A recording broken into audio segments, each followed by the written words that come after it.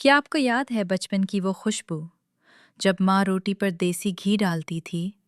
वही खालिस जायका जो दिल को सुकून देता था। अब वही खालिसपन वापस आ गया है। हमारी देसी घी जो बना है मोहब्बत, मेहनत और सफाई से। पहला कदम, सब्ज़ व शादाब गांव से ताज़ा तरीन करीम इकट्ठी की जाती है। दूसरा कदम, साफ सुथरी छोटी फैक्ट्री में मास्क, कैप और दस्तानों के साथ बटर तैयार किया जाता है। तीसरा कदम, इसी बटर को धीमी आंच पर पकाया जाता है जब तक वो सुनहरी खालिस देसी घी में तब्दील ना हो जाए। चौथा कदम, हर कतरा एहतियात से फिल्टर करके शीशे की साफ बोतलों में महफूज किया जाता है।